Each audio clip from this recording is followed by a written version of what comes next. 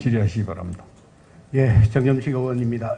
중앙검사장님, 자택 압수수색 시 상황이라는 이제 문건을 통해서 시간대별 압수수색 사항을 저한테 자료를 주셨는데요. 이 자료에 보면 9시 10분에 조국 전 민정수석의 집에 들어가서 압수수색 영장을 제시를 했죠. 예, 그렇습니다. 그리고 9시 30분경 정경심 씨가 압수수색 팀장에게 휴대전화를 바꿔줘서 조국 전 민정수석과 검사팀장이 통화를 했다는 거네요.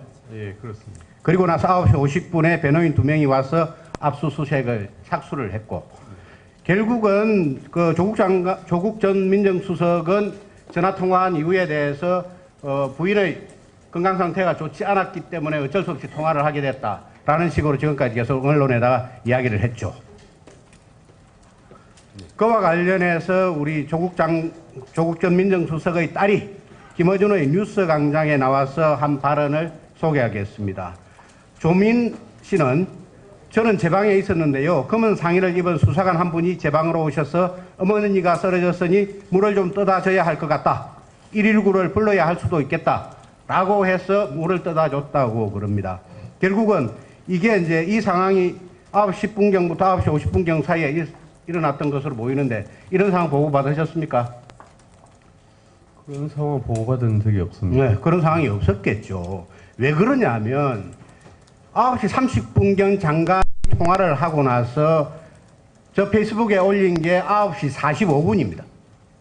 119를 불러서 병원을 가야 될 처지의 정경심 씨가 9시 45분에 어떻게 저런 글을 올릴 수 있겠습니까? 어떻게 생각하십니까, 중앙검사장님? 제가 나중에 듣기로는 어떤 몸이 상당히 불편한 상황이 있었는데, 그 상황은 압수수색이 1시간 반 정도 진행되던 중에 어떤 정 교수님이 갑자기 어떤 불쑥 주저앉듯이 쓰러지는 그 유사한 상황이 그때 있었다고 들었습니다. 예, 그러니까 결국은 조국 전 민정수석이 지금까지 계속 우리 국민들을 속여왔다는 이야기죠. 전화통화 경위에 대해서는. 자, 그리고 그 당시 압수수색 당시 인원을 이렇게 보면 압수수색 팀의 검사 2명, 남자 검사, 여자 검사 1명씩 있었죠. 그리고 수사관 4명, 수사관에는 남성 3명, 여성 1명이 있었죠. 예, 그렇습니다. 그리고 압수수색 참여자가 6명인데 정경심 교수하고 아들, 딸, 그리고 변호인도 3명이나 있었네요. 예, 그렇습니다. 그 중에는 변호사 중에는 여성 변호인도 1명 있었죠. 시작 후에 그 조거지에서 나갔습니다. 여성 변호인은. 결국 국무총리께서 여성 2명이 있는 집에서 11시간 동안이나 압수수색을 했다라는 것도 결국은 가짜 허위 발언이죠. 그렇지 않습니까? 이 피자척이 이렇게 6명이나 있었는데 어떻게 그런 발언을 할 수 있습니까? 당연히 그렇다고 생각하지 않으십니까? 총리님께서 그 발언을 하신 경위에 대해서는 저는 잘 모르겠습니다. 예. 자, 동구검사장님, 그리고 서울고검장님도 같이 들으세요. 송인배 전 비서관에 대한 정치자금법 위반 사건 1심 판결문에서 우리 양정철 지금 현재의 민주연구원장 등이 강금원 전 시그너스 골프장 회장 등으로부터 금품을 받았다는 사실이 드러났죠. 예. 그래서 우리 당이 양정철 민주연구원장 등 6명을 고발한 사건이 있었죠. 예. 자, 우리 PPT 한번 봅시다. 저 PPT가 에 나온 게 이 양정철 전 민주연구원장 등에 대한 불기소 결정문입니다. 지금 가려서 잘 보이지는 않지만은 이 결정 근거를 이렇게 설치하고 있습니다. 시그너스 근로자 고용보험 가입조회 내역, 건강보험 사업장 가입자 명부, 시그너스 대표 등의 각 진술 등을 종합하면, 여기서 좀 이상한 거 못 느끼셨어요? 정치자금법 계좌 추적 이 말씀하시고 그렇죠. 양정철 민주연구원장 등에 대한 계좌 추적했습니까?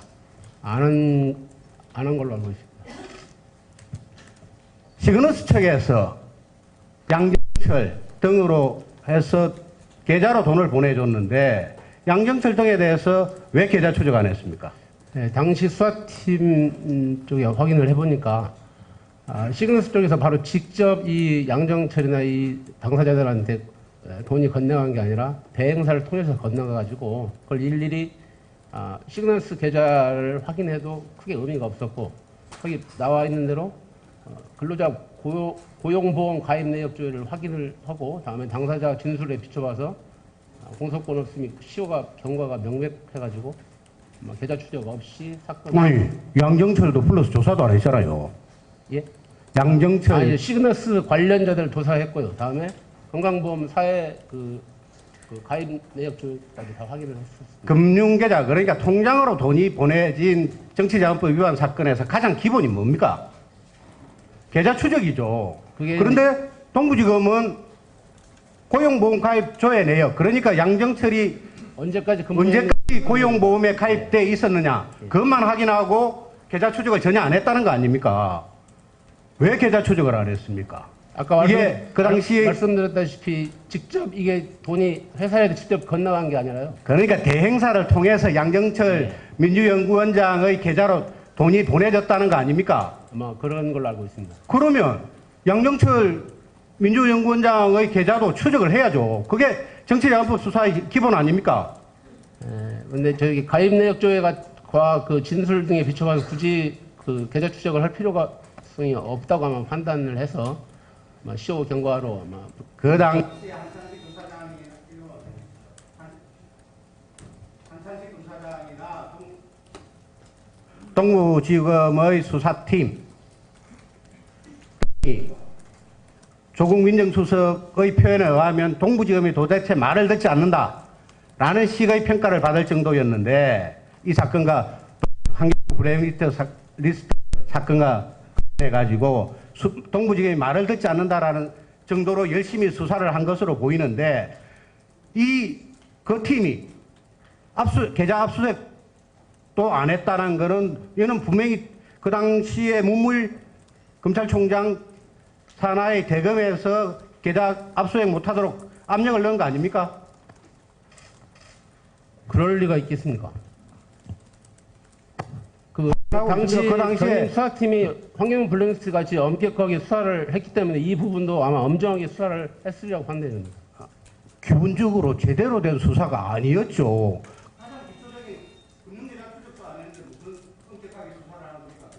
엄격하게 수사를 하려면 계좌 추적을 통해 가지고 고용보험 내역을 초과하는 돈이 또 들어갔는지도 확인을 했어야